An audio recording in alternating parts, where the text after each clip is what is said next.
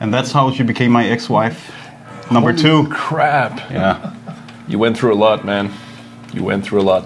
Hello, and welcome to Heroes and Generals live Devstream episode number 33. En direct de Copenhagen. Keep a count? Yeah, well, it's written on my paper here. All right. With me I have Reto Stenum, who's the server database mastermind guy. Wolf server, campaign engineer, I think. Campaign it's on the engineer, screen. that sounds like you build tanks and like siege engines.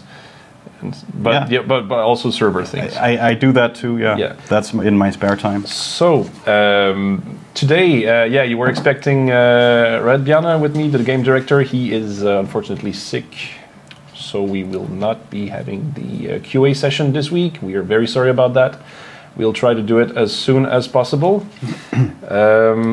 And instead, we will be looking at some of the stuff that is coming in Vasilevsky, the next update. There's still stuff we haven't shown you. Mostly it's UI changes, and some guys are going to say, UI, but the user interface has changed in really actually practical ways. This time, even I am really impressed by the work that they've done. It's looking really good, yeah. Because they will show you as soon as it's done redeploying, because we're deploying the test server right now, so we can't join it right now. We'll get into that in a few seconds, right? Yeah, it's a couple of minutes. Yeah. So I guess we might also introduce the next thing we're going to talk about. I'm hesitant to do that because then they're not going to listen for the the first part. Well, the reason Ask is here is that he can tell us a little bit about what we're going to do in terms of improving the strategy game very soon. Actually, it's not going to be when V hits the server, but just a little bit after, right? Yeah. Okay. And it's not a complete overhaul or anything like that. Don't get too excited. But it's regarding fixing some of the urgent issues we have with people being able to exploit the campaign map. We have some exciting things we would like to share with you. So yeah, as people are asking, would that be an add-on? We were planning to have an add-on after the V build, because that couldn't make it for the deadline. It might not be a complete add-on, but at least a hotfix or something like that. Is it ready? Because we really want to do first thing first. Yeah, I guess. Should be. It's just a couple of seconds. It's getting there. Yeah. Something like now. This is the awkward silence part. Well, while we're in the awkward silence part, I might again say that we're really happy to see that there's a lot of people twitching, streaming Heroes and Generals. So if you're watching this for the first time and you're on Twitch, up there is the search bar, and the emergency exits are on the sides of the aircraft. Can't keep a straight face, sorry. So if you use the search bar up there, you will be able to find other players who are twitching Heroes and Generals, and there's actually some really fun ones. And do we have the server now? Yes. I want to show the new stuff. Yeah. It's bad timing, man. Yeah, that's a shame. Yep. The servers do that. So but it's actually a good thing we're fixing stuff on test, so we can get it out to you. So. Yeah, because if we were fixing stuff on the live so you need server. to type in your password. Oh, is it ready now? Yeah, it's ready now. My password is 1, 2, 3, 4. 4. I have that exact same combination on my luggage. I get that one. It's clever. I see your Schwartz is as long as mine. So, what just happened now? I think we broke it. Wait, no. It needs to wake up. We'll do it live. I'm laughing because it never works according to plan. I'll just relock, right? That's This is, Yeah, it's this just is relog. normal. Okay, so but this is it's normal. It's the first time I see that one. So, damn you, test server. I'll put on this. Okay.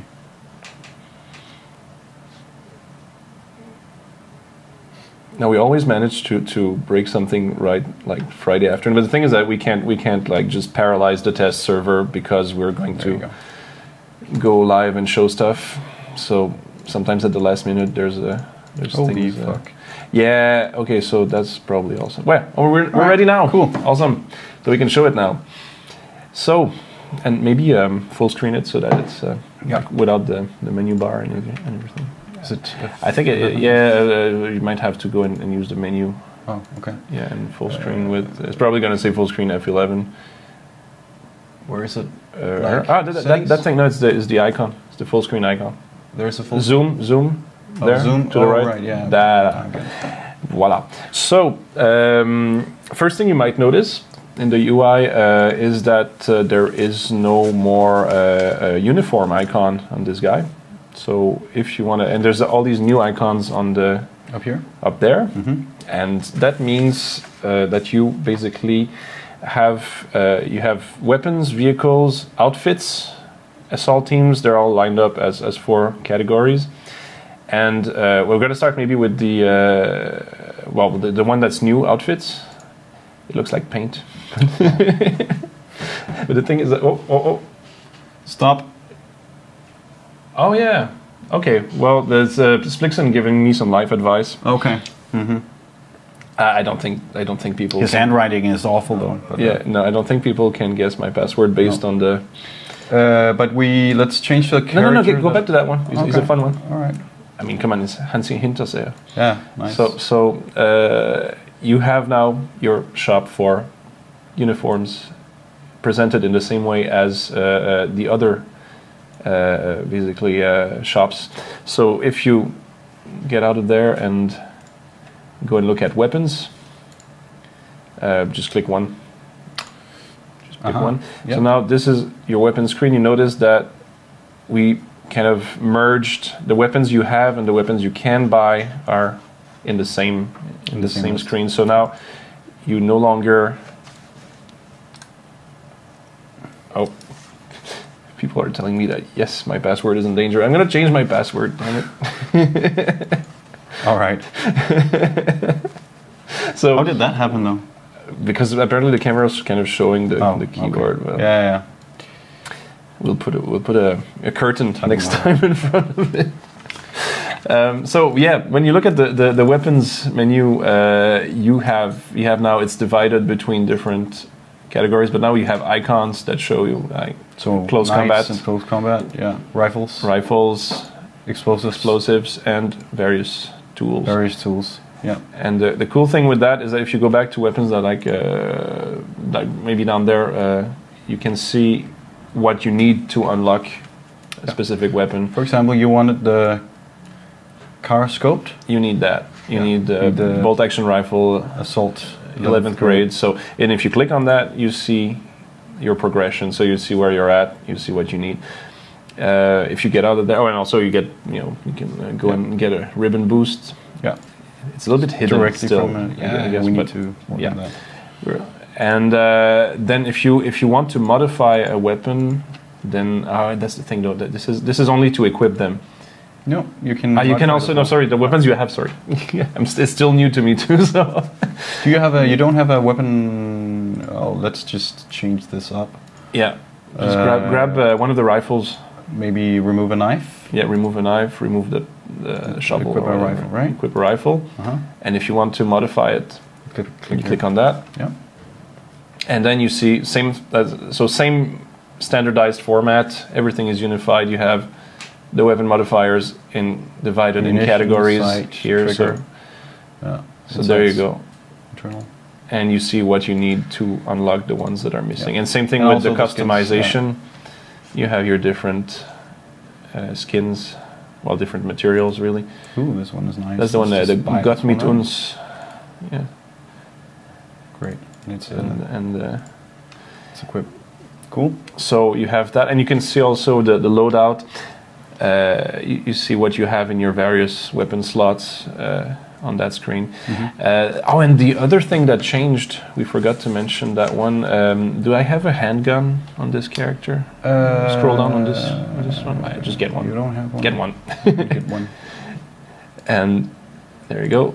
You can, on the left, you can edit the loadout. Oh, yeah. So now you can decide to have extra ammo for your gun or less ammo for your gun. Ammo. And a gun that has only, like what this one has, only one magazine, takes only one equipment point. So the people have been asking for that so that they can have just a sidearm and then more stuff on the side. You can. And that's pretty neat. I'm sure that we'll be seeing a lot more handguns. So instead of your...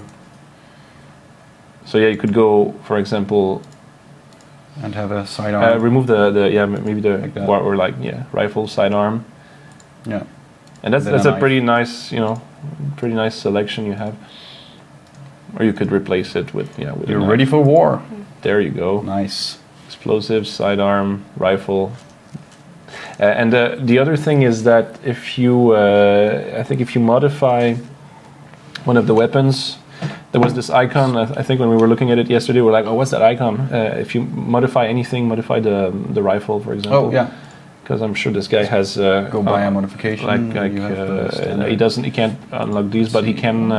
That's pretty good. No, This guy hasn't played enough to do anything. Okay. Get another character. The guy that has a. Get. Go back to my Germans. I think I've this other guy probably or this one. Try this one. Played a bit. Yeah. He's played a bit. You can buy a. Okay, there you go. Get whatever ammo. Those are nice. Yeah. Let's buy those. And then as soon as you equip something, maybe not the ammo. you need a weapon modifier.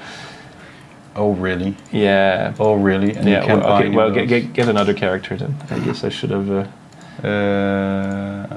Keep going. I'm sure we'll hit somebody. There you go. Not this guy. No? Or maybe. Oh, this guy. This guy. This guy. Perfect. So yeah, the trigger. Get a trigger. Let's buy a marksman trigger. Yeah, there we go. And when you equip that, then you see that little yellow icon. So that means on top of the modify button, you have another icon that means it's a weapon that has mods. Yeah.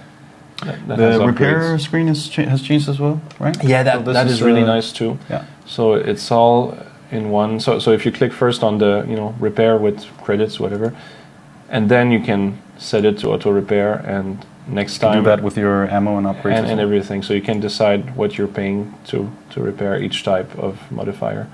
And also, you can go and equip some other ones if you want to. So all that, I think, makes for a much more standardized, much more is a little bit more also predictable. You're not looking for something that's in a different corner of the screen, depending on what you're doing. It's all basically the menu on the right side and different categories. One thing to mention though is that, let's say you wanted to have more than one slot of grenades. As you can see all the types of grenades out here, but you can't see the grenades that you own. To solve that, we wanted to make it easy to not by accident buy something that you already own. But if you want the same weapon on 2 different slots, you can go to the store and then find the correct weapon. So in this view, you can go and buy duplicates. You can buy the duplicate you want. But that's a cool thing, so that people who just started, who just got there, you no longer get offered to buy twice something you already have. I think that's something that people were a little bit annoyed by. Yeah. So now you really, if you really want a duplicate, you go and get it from the other store window. And I think there's another thing we have to mention about well, the assault team menu. That one actually I think I'm German in this one. German? Or am I? Yeah, you are. I am German. There you go. So depending on what character you're, just equip one, whatever. Okay. There you go. But right, if you're infantry, you see the assault team icon that kind of matches what you are. And if you go back to a general. Oh, like that. Okay. Yeah. See, like armor. So your armor, and then the general has like all 4 types. Nice. And the recon has the recon. Yeah. That's really cool for that. Yeah. And what else is the other thing? And there's new ribbons, and we can see them right here if you want. I think maybe one of my characters already has some progress on either the battle. Probably not, because they don't play much. I mean, it's the test server. We don't really play entire campaigns on this one. There are 2 new ribbons, right? Yeah, but there's the last 2 on the list. So battle ribbon. Battle ribbon. So in this one, basically, you get experience on this ribbon for every battle that you take part in, and you unlock the. I have a blank here. The battle ribbon unlocks the. Which one was it? But you can see it here. Oh yeah. The charismatic leader. Yeah. And this is so it's a badge that gives you that lets your assault teams recover morale more quickly. So we introduced 3 new badges that are for the strategy game only. Yeah. And they are leveled up with this ribbon. So this ribbon has to do with taking part in battles and also sending assault teams into battle. So, and you get more experience for winning the battle than for just participating. Mm-hmm. So we said, what was it about? We needed to verify the values. I think the values we wrote 40 XP for participating. Oh, that's the war. That's not. That's the battle. war ribbon. That's the other one. I can't remember the battle though. So, but anyway, you get a certain number of XP for participating in a battle, and I guess we could maybe add some use the admin options to add some ribbon XP to this guy. Is this one, War battle? No, just the battle ribbon. Battle. Yeah, add the whatever 5,000. And that's something we do on the test server. You can't do that on the live server, by the way. So you got to level 3, and there you go. Yeah, it's a very colorful one. Mm-hmm. It's like the Care Bear ribbon. So.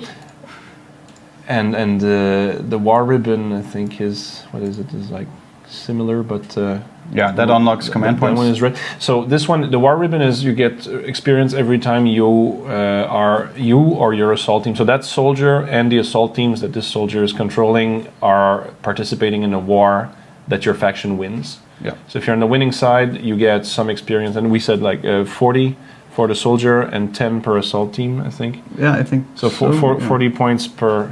40 points for the soldier and 10 points per assault team. So, and this unlocks command points. So, and this is not just for generals; it's also for all the officer ranks. So, if you have a lieutenant or whatever it is, if you have like a very basic, a company officer. And you win a war. If you win a series of wars, you need a few, I think, before you unlock your first command point. Yeah. But at some point, you get command points to equip more assault teams, and that's something that basically you get a perk for playing the character. So if we, for example, war victory, how many do? Oh, you need. So you need a little bit of experience to kind of get there. Let me just give you some more. But I mean, at the rate right now that the wars are kind of. You got a command point, so now you have an extra. There you go. So now he has the ability to field. Equip sneaky gastropod. Brilliant. It's like completely random. I put like Miles Davis in there. I don't remember what you put in Miles Davis and it made it out to sneaky gastropod. Yeah, I don't know. It's just okay. I don't know what I was thinking. I was picking assault team names. So and I think let's take a look at the other badges. There's other badges. So there's this new one, mechanic. Also, there's the mechanic. We have that unlocked in some. On someone, one of the guys has it. Yeah, I think. I don't remember which one. Let's just take a look. Maybe we can just unlock it. We can see what it looks like anyway. Yeah. But, so this is a badge that makes you repair vehicles faster, and you level it up with the driver badge. So, and again, that's a request I think from the community. People were saying, could we have a badge for faster for helping repair. people who like repairing vehicles? Yeah. There you go. There's also these other, because we were talking about the strategy game badges. Maybe you have the charismatic leader we looked at. Yeah. These are all combat badges that you can equip on generals as well. So, and these are the only combat badges you can equip as a general. Yeah, that's true. And the charismatic leader, we discussed that. Then we have the logistics expert, unlocked by the chauffeur ribbon. It looks like this, and it's so this makes your assault teams move faster. Yeah, it moves your assault teams 20% faster if the gold one is equipped, which can be a huge deal if you're moving troops over a long distance. And then we have the battlefield commander ribbon, combat badge, unlocked by the tactical. Looks like this. And this one is, again, it increases the maximum level of morale that you can have. So instead of 100, you can get 105, 110, or 115. So that lets you, basically it lets you fight like one battle more without resting. Yeah. Basically. If you have the maxed out ones, I think. But I mean... and combined with this is... Combined with the other one, you start to, to really be buffed. These can be equipped by commanders as well. So these are, I think, for I mean, and there's probably more coming, but these are the first ones, the first strategy-oriented combat badges. I'm sure we are actually. There's something that we forgot to show. Did we show that? No, we showed everything. Did we show the vehicles? The vehicles. Did we show the vehicles? This maybe. The vehicle ammo and all that. Yeah. Get my tanker or something. Yeah. Maybe the Well, he doesn't have much in the way of. We can buy more. Yeah, just buy more. Yeah. So again. Ooh, the Panzer 4. There you go. And then you get a Tiger as well. Okay. Yeah, let's take a look at these. So the UI is again like it's combined to we try to make it look like like a unified UI for the equipment and the upgrades. And again, you can here we have the tank, and you can choose what ammo you want to equip on which cannons. And how did we say it worked again? It's like the first one you click is your primary, and the second one is your it has a number in the right side. Yeah, so it gives you a big 1 and 2. And if you want to buy another one, you can just equip that instead. There you go. Yeah. So that's one less level of screens you have to navigate. Exactly. And then again... And the upgrades. The the crates are here. And you can buy an equipment. There you go. Yeah. And I think you have if you go back to the screen with the ammo, you have the description, I think, of the... Yeah, if you click on the... Yeah, there you go, on the left side, the description of the ammo is moved there. So it says how much armor it penetrates, for example. But that's the same description as before, it's just moved. Moved there. And again, you can see which ribbon it takes to unlock a tank. You can buy it straight from in place. So yeah, that's nice. Yep. It's clearer. Hopefully, it will make it easier to figure out the UI. We want it to be easy to figure out. People are apparently you can hear there was a police siren. Apparently that was bleeding into our. Okay, nice. It was like, quick guys, police is coming. Picks up a lot. Nice. Okay. Mr. Bierchen 73, who says, oh, by the way, skål. Cheers, guys. So, I think we can kind of slowly get into the tough question of life, the universe, and everything. Yeah. Which is take a look at the campaign map. Yeah, if you want to exit, I guess. Oh yeah, we might as well show but there's nothing on the campaign map. We can do it on live instead, right? Do you want to go to live? And, yeah, sure. Why not? Let's go to live. I mean, the thing with that is, like, if you go to live, you're kind of revealing whatever faction you're showing. Huh? If you show the live campaign map, you're revealing what's going on. But I mean, to a certain degree. I have a character where I haven't I don't even think I have played it for right. a couple of months. So maybe you can like screen off the keyboard so I can type in my password without people noticing. Yeah. It really sucks having to reset your password. Yeah. People will replay this in slow motion and see if they can figure it out. Let me just pick no side. I can take a look at the campaign map without choosing a side, right? Yeah. No, you can't. No, you can't. Yeah. No. What? No, but I have nothing deployed, so I should know this. No, the answer is no. Yeah, I usually just click. Let's just look at how the Soviets are doing. We can't see the resources because of the fog of war anyway, so it doesn't reveal anything. Right? Right. Okay. So, the reason we're looking at the campaign map is that people have been asking us to look into the current, like the auto-resolve, which is a source of irritation. Mm-hmm. And so it's not something, actually, the auto-resolver is, basically the automatic script that decides what happens to a battle that nobody plays. Yeah. People don't like it. We intended anyway all along to kind of slowly phase it out. Yeah, and it's in place because of lack of players, and the more players we have, the less use it has. But yeah, the main problem with the resolver isn't right now that it's unfair or unbalanced. It might be that as well. The problem is it never actually does anything because people have found a way to abuse it. Yeah. So it never goes into effect. And I don't know if you can show anything in that. I mean, from the because this is a prime example of how people are doing it right now. Oh, you can. Okay, you can see it. Yeah.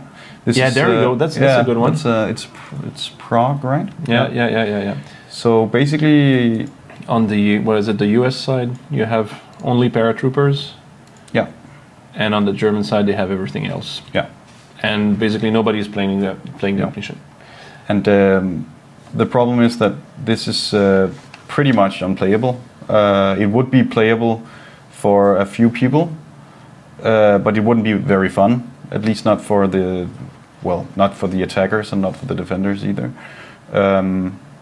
We have only paratroopers in, and as soon as they land, what are they going to do? Like defend this town forever? No, that's not going to happen. But the problem is that people have found out that if they send in paratroopers, they can block a capital, and at one point they will win the capital, and as soon as they win it, they can start deploying on it.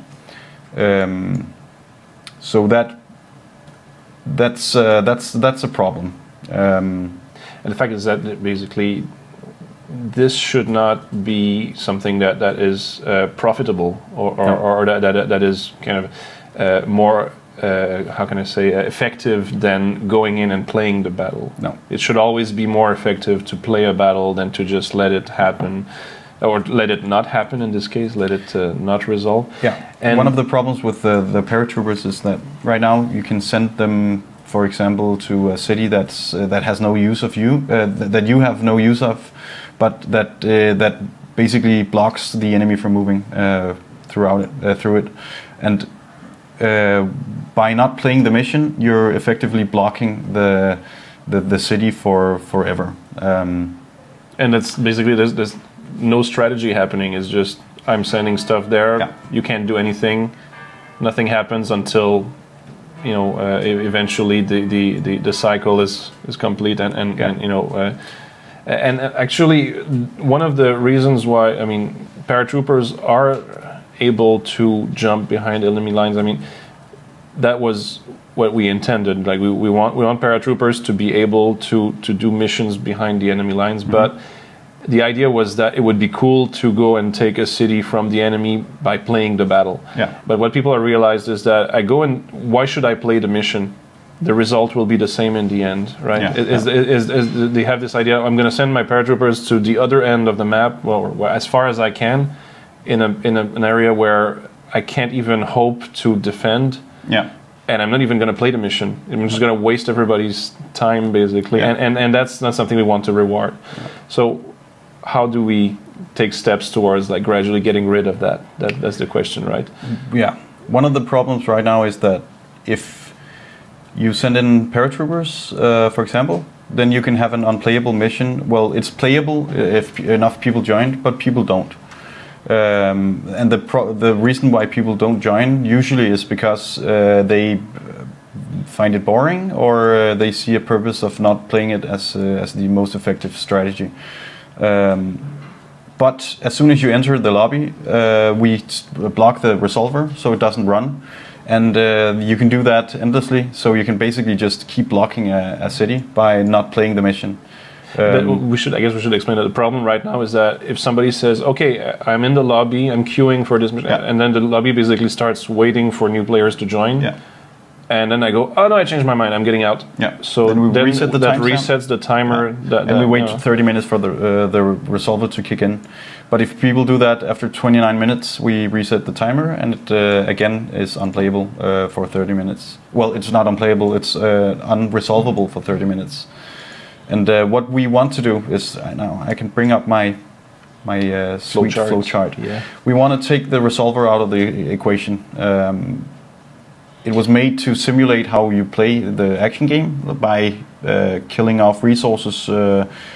If, for example, you have a combination of assault teams against another combination of assault teams, the resolver would look at the combination and figure out who was the winner. But that's not. We think it's not a really nice solution. It's not something that we can never hit the correct balance. We can never make it fun. We can because never. The thing is that we have a choice between like aiming for something that is realistic and something that's fun, and by doing the auto resolve, it's neither. And that's not something we want. Yeah. So we've decided to take out the resolver and do this instead. And I'll briefly explain the flow chart. If you can zoom in a little bit more. Yeah. So what happens right now is that when assault teams meet, a battle is created and a mission is created, which is the one that spawns the action mission. Yeah, because the battle on the campaign map is the city is flashing, but a mission is an action game. Yeah. Right. We have to specify. It's created. Two different things. It's open to the action game to pick up and start. It's not started yet. It's just created. So which means we have a lobby, and the lobby is open, and people can join and wait for the mission to start. And then we wait. So after the assault teams meet, if you send in a paratrooper, for example, we wait and we decide. So this, by the way, we have to specify, like this right now, what we're showing is your proposal for a new system. This is our proposal for a new system. Yeah. It's a new system, so it's not what is currently on live. No, and it's not completely done. The design is not yet 100% done. This is something we have thought of, could maybe solve some of the problems. It certainly doesn't solve all of them, but it solves at least the resolve step of the problem. And so when I asked you before, when you showed it to me, that loop there with player joins the lobby is to show that this is happening. It's a players leave and join and leave and whatever, and has no impact on the timer. People can join and leave the lobby, which has no effect on the system at all. Which means that you can queue up to the mission as soon as it's created and wait until these 5 minutes have passed. So this is the next step. If 5 minutes have passed, the system continues. Otherwise, we still wait, and people can still join the lobby. So this is the fun part. Literally. This is the hardest part to explain, and I'm not gonna. I can't explain it fully because this has not been decided yet. There are a lot of parameters we have to decide on, and we have to reach out to the community as well and see what we can gain from asking around, and we have to make some choices here. But I'll get back to this to explain what we kind of think might be a solution and might not. So basically, if we decide that a mission is fun based on the numbers of assault teams that are in and the resources, disregard that I said assault teams. It's based on the resources.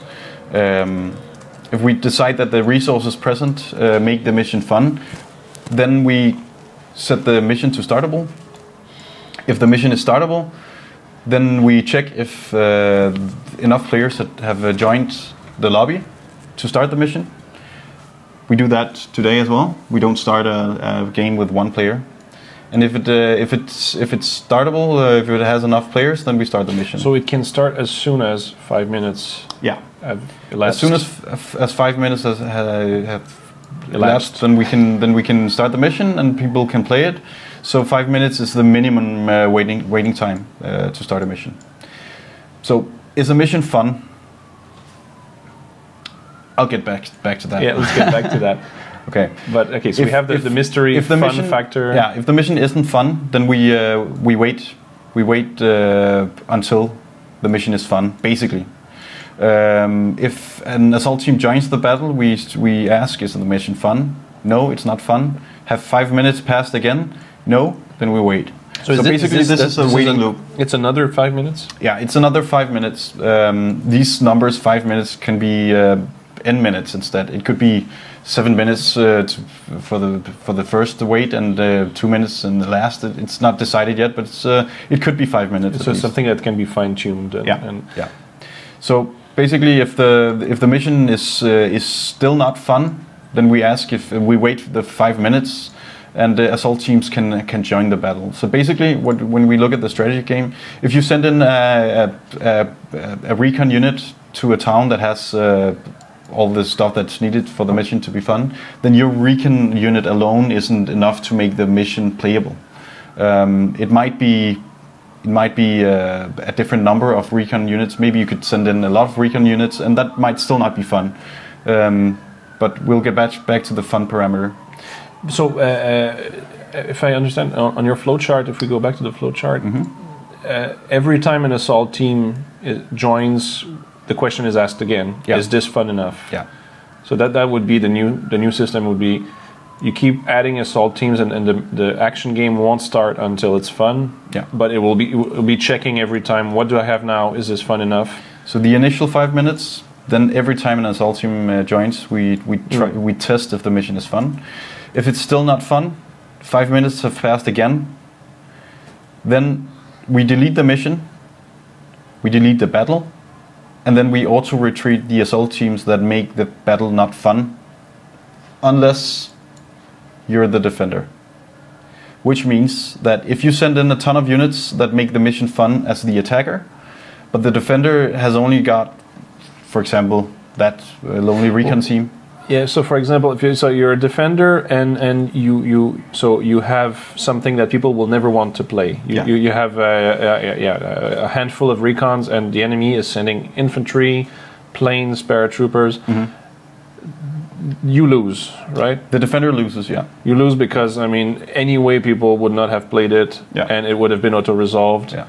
So, but if you're the attacker and you're sending in just heavy tanks, and the defender has a variety of things, it's the other way around, right? You can't take the town with just heavy tanks, because in the action game anyway, just heavy tanks, they would never cap the town. Exactly.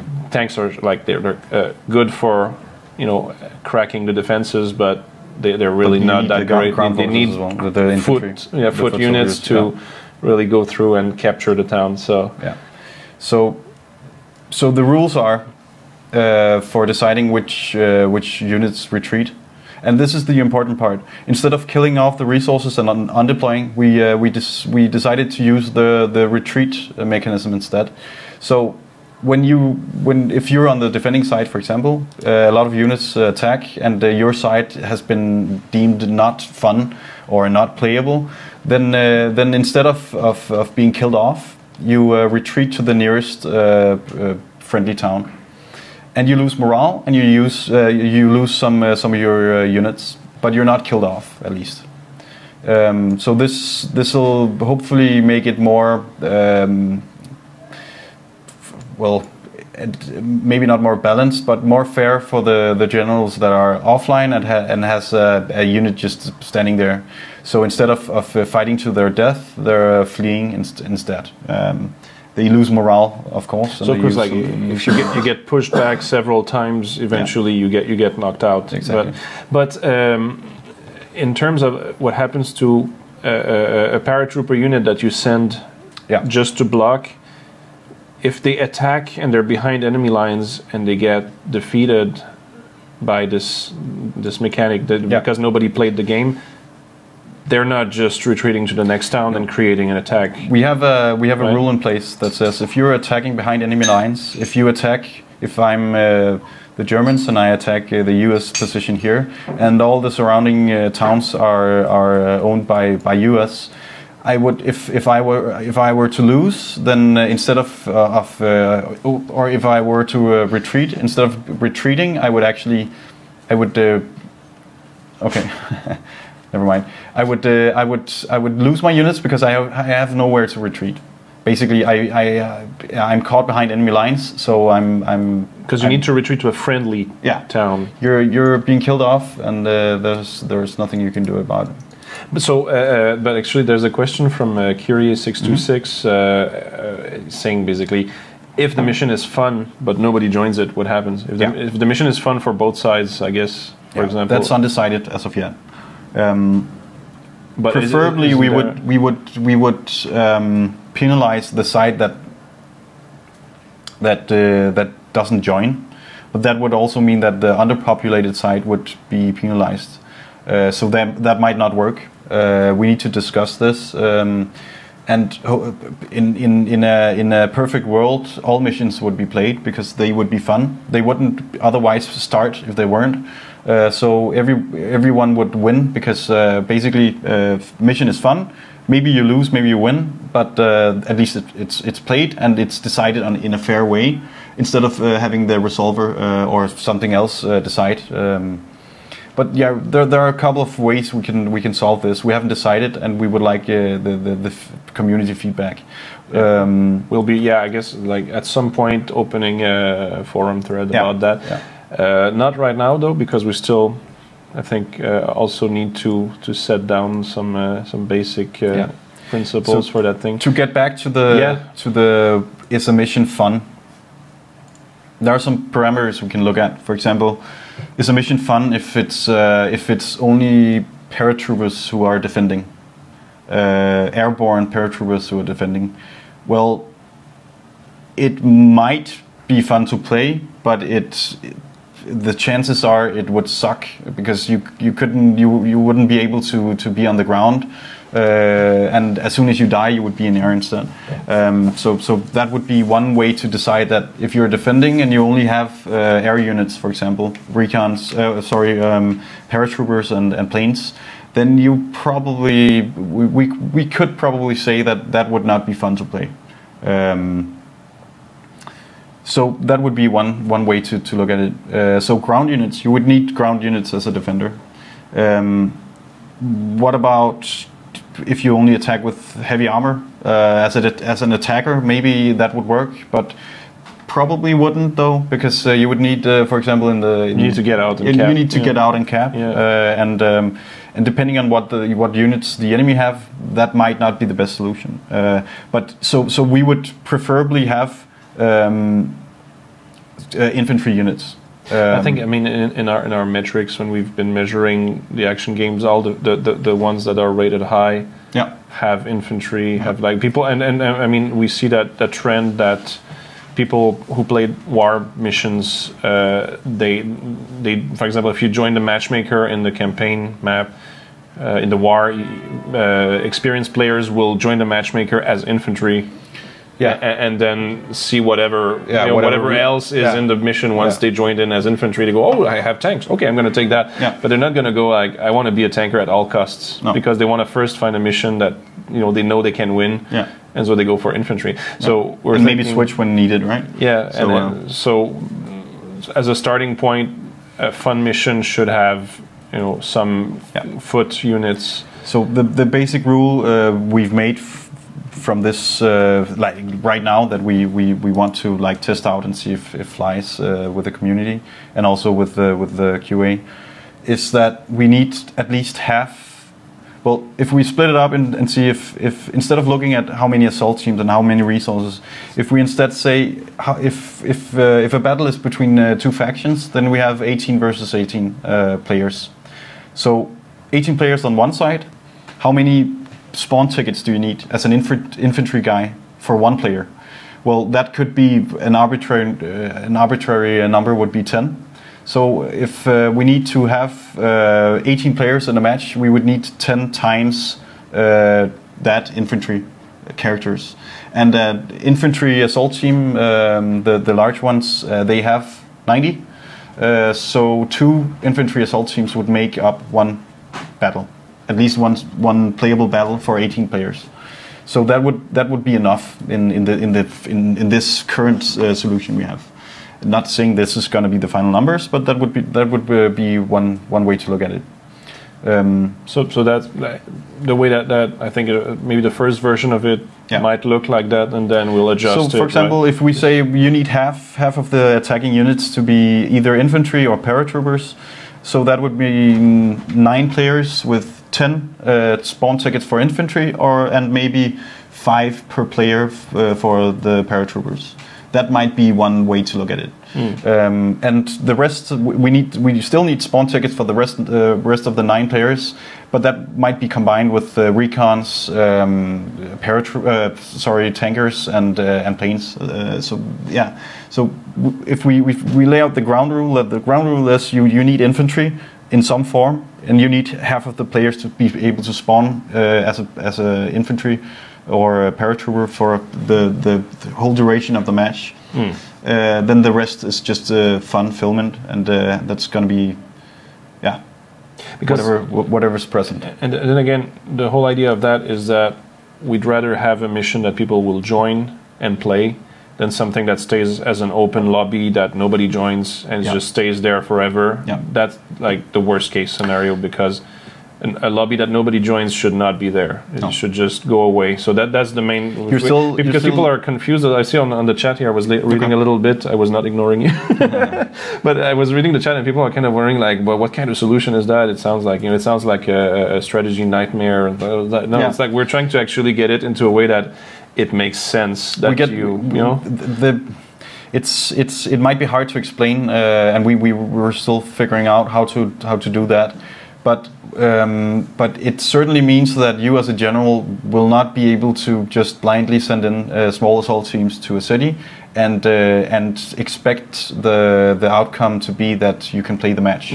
Or tell your people, like, don't join that. It should not be played. It's like, no, people are like, so you can block you can still block a city for 10 minutes, but after that it would auto retreat, and it would be an auto defeat, as we call it.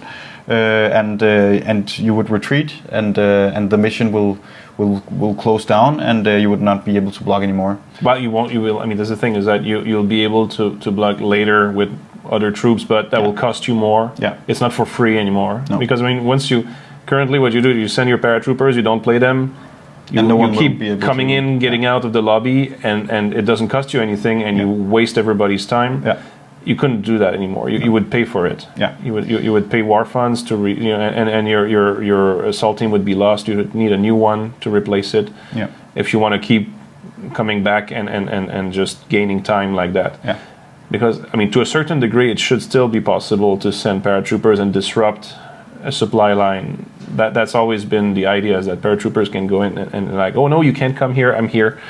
But then somebody has to either play the mission and make it last, right? It should last longer if you play it. And it would last longer if you send in a couple of paratrooper teams and the mission is actually played. Then you could maybe delay that town for up to 30 minutes if you played well. But if you don't, if people decide not to join it, then it will only last for 10 minutes. So we incentivize people actually playing the missions, and if they want to block, they can block. It's a mechanic of the strategy game. That's fine, but they wouldn't be able to do it for an infinite amount of time, and that's what basically that's what matters. Yeah. And again, this is a first step towards having certainly. a strategy game that's kind of more integrated with the action game, and that kind of doesn't work against people playing the action game, because that's I think the main thing is that it should be integrated in a way that makes sense for everybody. This being said, I guess we're starting to get close towards the end. Do we have any nail polish? Do we have any no questions? There might be some questions, but about the what we just said. Yeah. There are the whole chat is scrolling by really fast. Let me see. Yeah, well, I'm seeing. But again, this it's all over the place. The reason we disclose it this early is that we really want feedback on this system, and we're trying to figure out what's wrong with the current layout. We know there's problems on the campaign in the strategy game right now, and we're trying to figure out how to solve it. And this solution would, as I said in the beginning, it wouldn't solve anything. It would hopefully solve something, but it wouldn't solve everything. It's not going to make the blocks completely go away. That's the whole thing. No. But this being said, there is a question actually from same guy, Curious626, saying specifically for you about the RTS server. Can you guys scale it up easily if there's a massive influx of players into the strategy game? Yeah, we would be able to do that. Yeah. So we're kind of been expecting that to happen. Yeah, really. It's highly scalable. And I'm not sure how you're supposed to pronounce that. Quinfort. Where can I buy a shirt with Heroes and Generals with the logo? We are not selling them. Splixen. Splixen? Well, he's the one who's in charge of merchandise. I have the answer here, actually, from Robotron. Okay. We're still looking for someone reliable to help us make them and ship them. So okay. If you have a printing company, please let us know. Does anybody have a printing company? Does anyone have a printer? Yeah, and lots of blank T-shirts. Yeah. But no, because we had those made 2 years ago. Yeah. We haven't had any new ones made. This has been washed. You can exactly. Tell. You can tell. Yeah. You lost weight. Yeah, it was stretched out before. Thank you very much. And wait. To the brim of breaking. Do we have something we need to announce? Oh yeah, well there's the screenshot contest going on. Oh, cool. That we have to mention. And I guess we could, if you can go and grab the page, just I think in the address bar, just type Battle Vision. I think or maybe the history has been wiped. Maybe. Is it in? We have the link in the folder. I should have opened that. Yeah. Battle Vision contest. There you go. So on Steam, on the community pages, there's this screenshot contest. Cool. And it just ended last week, or 2 weeks ago. I'm sorry. So there's about a little less than 3 weeks left to the current one, and the theme is certain death. So if you can come up with a screenshot that illustrates certain death.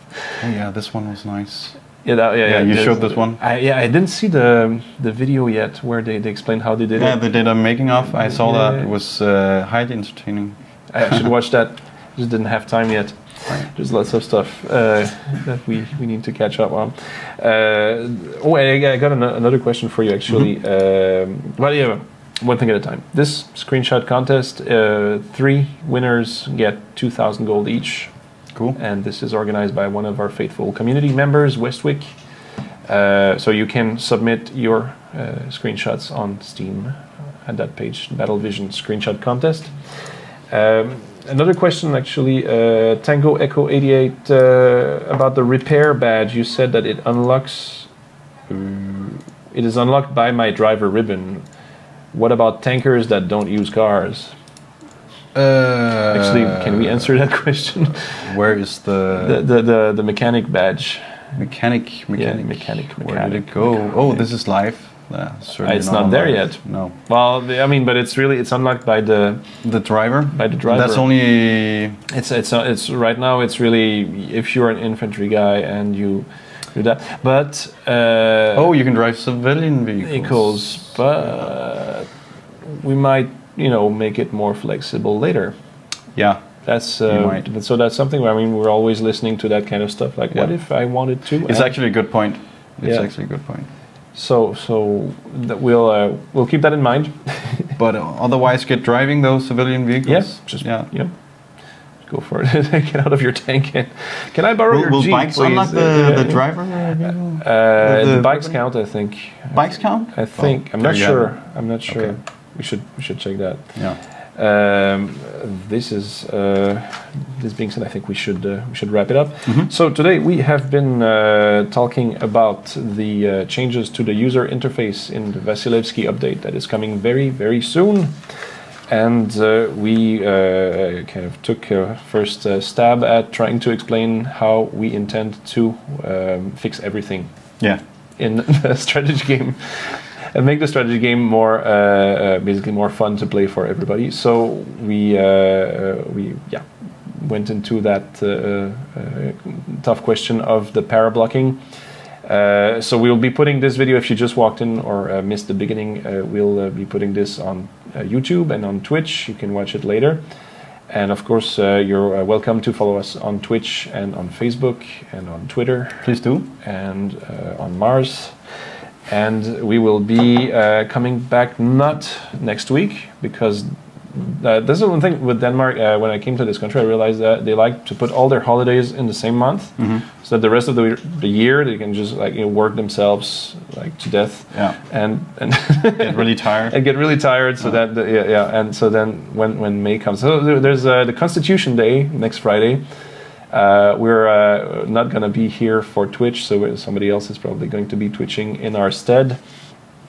And we'll be seeing you in 2 weeks, hopefully, with our game director and the Q&A. And I think by then we will have... Actually, we can show the forum thread for the Q&A, which is this one. This one. And I think I could put the... where I have it here now. This time I came prepared. It already has 8 pages. Copy link location and paste. There you go. So I just put in the chat to our Twitch stream is the link to this forum thread, where you can ask more questions for the Q&A session. And wait a minute, I've been told that Grundlovsdag is not a holiday, but we do have next Friday off, don't we? I certainly don't. You don't? You might. I think maybe people are taking the day off because... people are taking the day off, so it's not a day off. Cancel that. We'll be there next Friday. Well, I'm not You're sure. not. I'm going to be here, but I'm not sure the Twitch I don't stream know. is on. We do a stream next week? Is that a yes or a no? Okay, we have like a 10-second delay before I get confirmation. People usually take half a day off if their spouses or otherwise significant others are... People have been telling me what days they're taking off. People with kids maybe are taking the day off. I'm not sure. It's a conspiracy. Yeah. So, in a few seconds, I'll be getting the official answer from... Yes, we do a stream next week. Okay. Yeah. Well, there you have it. Q&A next week, hopefully. All right. Yeah. Damn holidays. All right. This being said, thank you for watching and thank you for playing. See you next week. See you guys. Ciao, ciao.